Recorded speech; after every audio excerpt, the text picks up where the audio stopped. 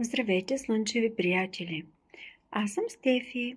Радвам се, че отново сме заедно за слънчево споделяне. А днеска слънчевото споделяне имаше за задача да ви покаже как Жулинка колаборира с едно приятелче нейно, което се е озовало на терасата. Аз мисля сега да замълча, за да ви покажа как тия двамата си говорят. Гълъбчето се оказва доста смело. Стои тук вече повече от 5 минутки.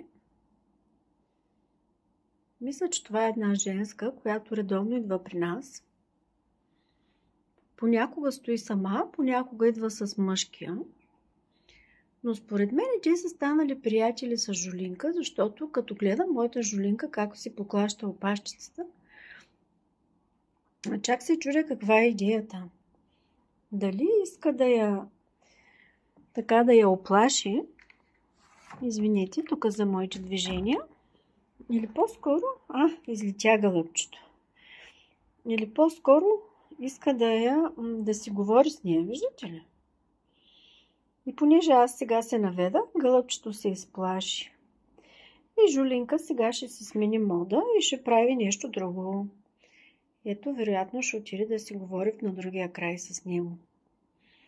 И така, слънчеви приятели, в природата съществуват общуване.